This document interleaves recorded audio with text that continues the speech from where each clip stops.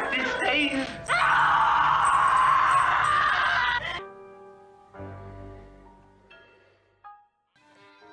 The modern psychological thriller, the slasher film, the serial killer movie can all trace their roots to the twin studies of perversion and murder that Michael Powell and Alfred Hitchcock depicted in their respective films Peeping Tom and Psycho, which were made simultaneously and premiered only 2 months apart in the spring of 1960.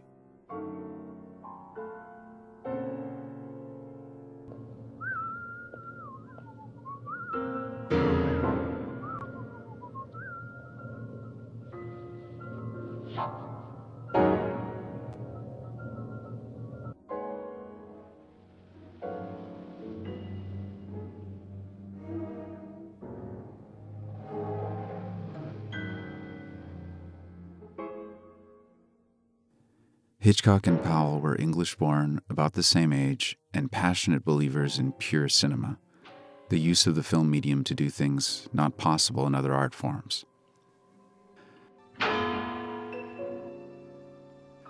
In 1959, Powell and Hitchcock were eager to redefine their careers by giving their audiences something startling and new.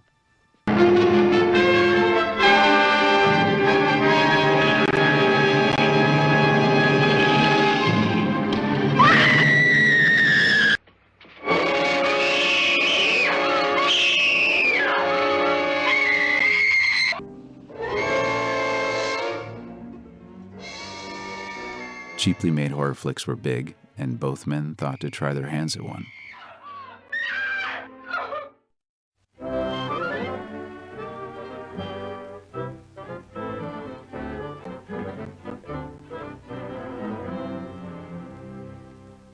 Look out! Look out! Look out! Take care. You are being watched. And in this house, the most dire, horrible events took place. Take care, for you are now alone with a killer.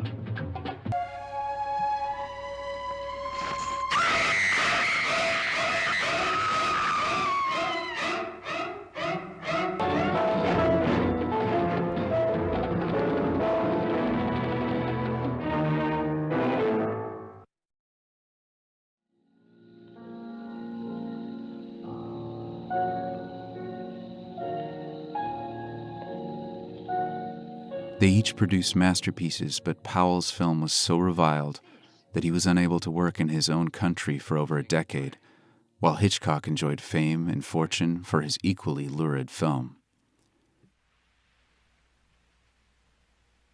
I'm just completing a documentary. You're a documentary and a half, you are. I didn't stand up my gentleman friend and come back here and take my clothes off for you to start filming the street. Oh, dear. We become a race of peeping toms. What people ought to do is get outside their own house and look in for a change. The films were groundbreaking and influential, but they did have precedents.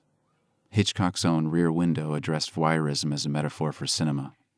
Henri-Georges Clouzot's shocker Diabolique was an international hit that inspired both Powell and Hitchcock. Orson Welles' Touch of Evil showed that a major director could work B-movie material into something artistically satisfying.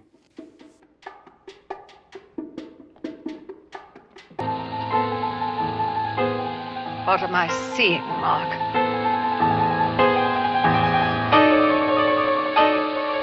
Why don't you answer?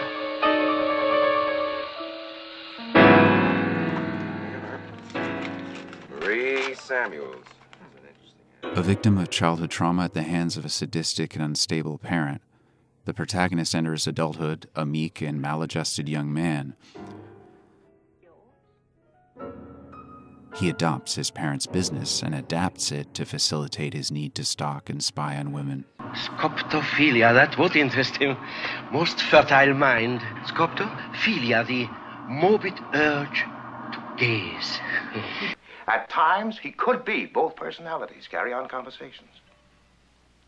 At other times, the mother half took over completely. Now, he was never all Norman, but he was often only mother. Mark, what was he trying to do to you? Watch me. grow up. He wanted a record of a growing child.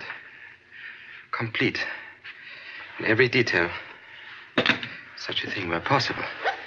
And he tried to make it possible by training a camera on me at all times. I never knew, the whole of my childhood, one moment's privacy. You mean an institution? A madhouse? Have you ever seen the inside of one of those places? The laughing and the tears, and the cruel eyes studying you. My mother there? He was interested in the reactions of the nervous system to fear. Fear? Fear.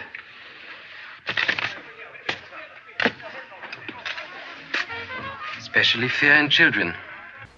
Sometimes, when she talks to me like that, I feel I'd like to go up there and curse her and leave her forever. Or at least defy her.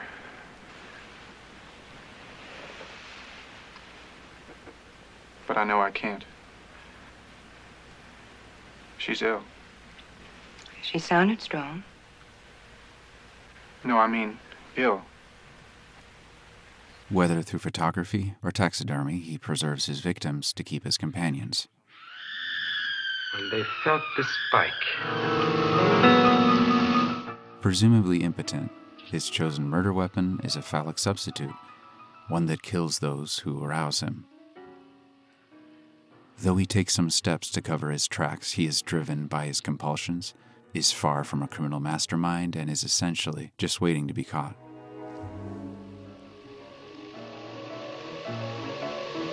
That.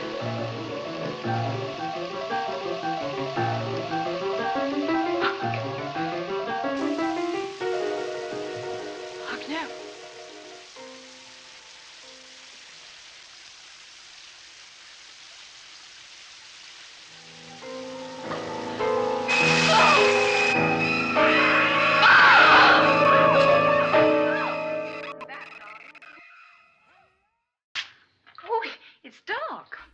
Powell and Hitchcock aim cameras not only at their characters, but at the audience and at themselves. Cinema is the art form of the voyeur, after all. Films allow you to stare at someone and repeat their actions as much as you like.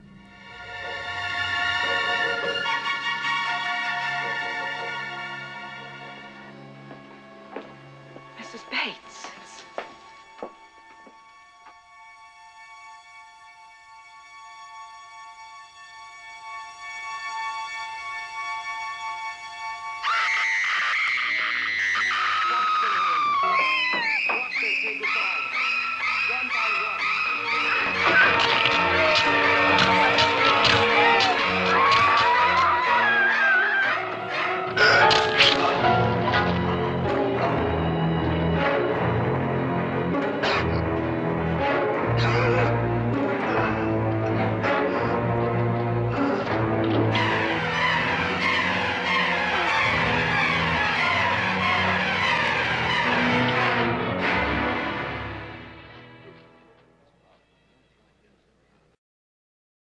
Tower of London. How about it, Alice?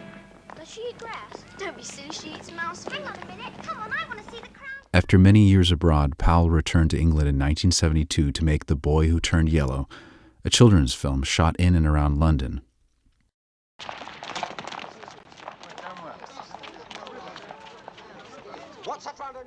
Hitchcock also returned to his homeland to direct his penultimate film, Frenzy, a story about a serial murderer terrorizing London that simultaneously evokes his own Psycho as well as his old friend and colleague Powell's Peeping Tom. And for my present. Well, it's true. That jacket was a bit smelly.